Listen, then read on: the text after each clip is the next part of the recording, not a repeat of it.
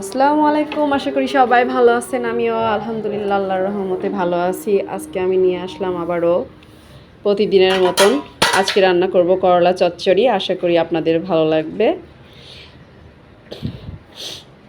সাথে থাকুন। দেখেন আমি কিভাবে করলা চচ্চড়ি করি। আমি একটা কড়াই নিয়েছি, এখন কড়াইতে দিয়ে দিব করলা কেটে রাখছিলাম। দেখেন পাতলা পাতলা করে কেটে নিয়েছি, আলু কেটে নিয়েছি এভাবে দেখেন। এখন দিয়ে দিব টমেটো, দিয়ে দিব পেঁয়াজ, এখন দিয়ে দিব মশলা, রসুন বাটা, জিরা বাটা, পেঁয়াজ বাটা, শুকনো মরিচের গুঁড়া, হলুদ গুঁড়া, দিব কাঁচামরিচ বাটা 2 চা চামচ,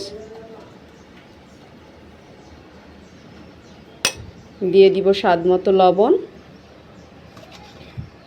আর দিয়ে দিব তেল। অসাধারণ একটি রান্না, একটু মাখায় নিব আমি।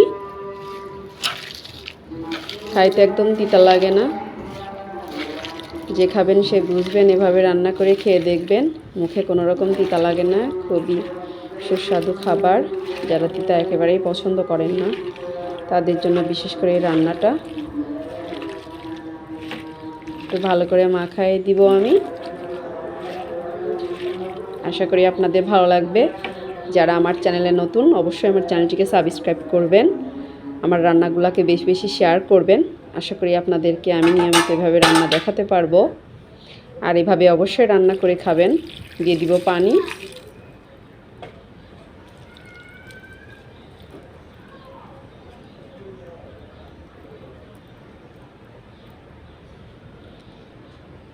আমি এখন দিয়ে দিব কুচি চিংড়ি, ছোট ছোট চিংড়ি।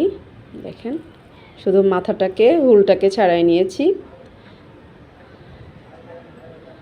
এভাবে চিংড়ি দিয়ে আপনার করলা চচ্চড়ি করে খেয়ে দেখবেন, অসাধারণ। দাঁতের উপরে ছোট ছোট চিংড়ি পড়ে, খাইতে অনেক ভালো লাগে। আর এভাবে রান্না করে খাইলে কোনো রকম তিতা কিংবা কোনো রকম তিতাই লাগবে না। ওয়েদার এখন চেঞ্জ হচ্ছে, বৃষ্টি হচ্ছে, ঠান্ডা লাগতেছে ভোরবেলা। সবাই একটু সাবধানে থাকার চেষ্টা করবেন, ঠান্ডা জ্বর আসতেছে ছোট বড় সবাই। আমার তরকারি দেখেন কত সুন্দর উতলাই গিয়েছে। সবাই এভাবে রান্না করে খেয়ে দেখবেন, কার কেমন লাগলো অবশ্যই আমার কমেন্ট বক্সে জানাবেন।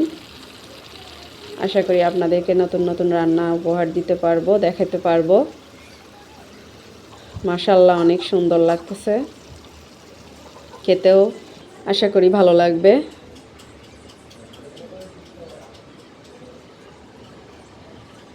একবার হলো বাসায় ট্রাই করবেন,